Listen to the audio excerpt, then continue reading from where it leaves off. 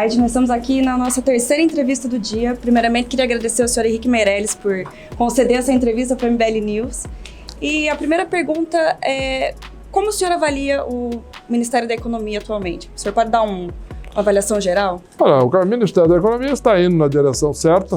Né? Existem pessoas chaves lá, que foram pessoas que trabalharam, inclusive, comigo, tiveram um papel fundamental na minha gestão no Ministério da Fazenda.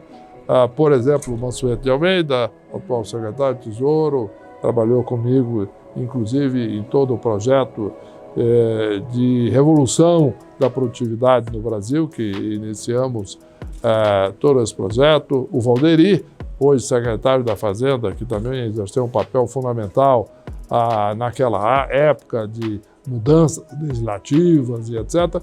Em resumo, existe lá um grupo grande de profissionais altamente competentes que foram mantidos pela administração estadual e também o ministro Paulo Guedes, um amigo aí de longa data, e, portanto, o Salim Matar, por exemplo, que já fomos juntos membros do Conselho do Instituto Milênio, que, aliás, é uma entidade liberal, e que trabalhamos aí nesta direção pela qual também trabalha o MBL, e acredito, portanto, que é um grupo que prossegue numa direção que começamos em 2016, de abertura da economia, eliminação de excesso de presença do Estado. Começamos com o teto de gastos que é exatamente a limitação do crescimento das despesas públicas.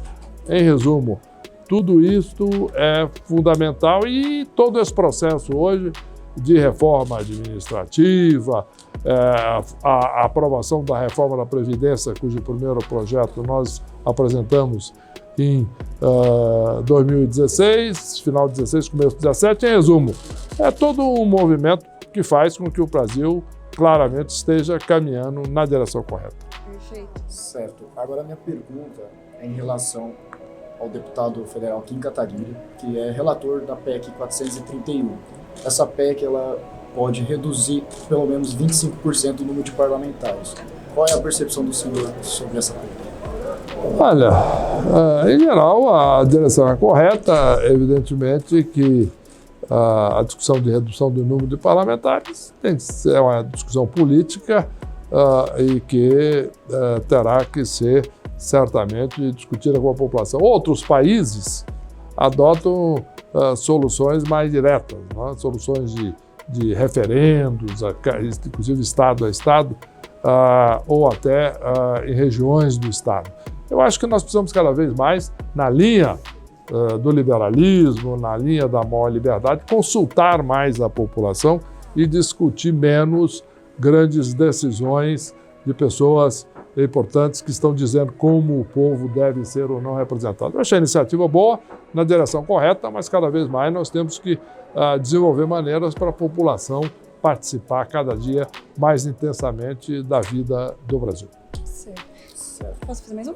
Sobre a soltura do Lula, isso influi na economia diretamente ou não? Olha, não influencia diretamente na economia, não. É uma questão política. Né? Mas líder... investimento externo? Investimento externo? Olha, o investimento externo começaria a se preocupar caso existisse uma possibilidade real do PT ganhar a eleição. Certo. O PT teve uma candidatura muito competitiva com o Fernando Haddad em 2018 e perdeu. Né?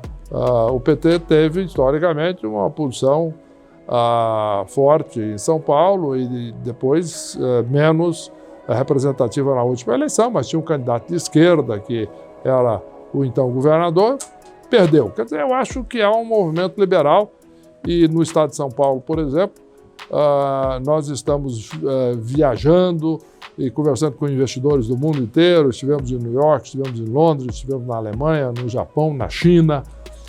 Estamos fazendo um roteiro intenso de viagens e recebendo aqui no Brasil investidores do mundo todo.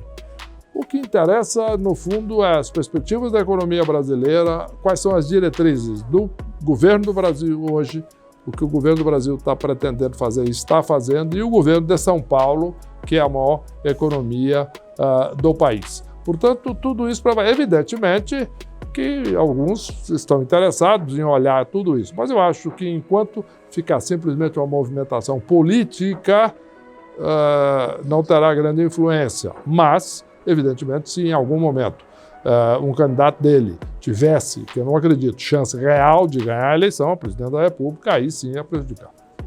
Certo. Muito obrigado, senhor. Obrigado, hein? Última pergunta, então. O senhor pretende se candidatar novamente em 2022? Vamos aguardar. Obrigada. Obrigado.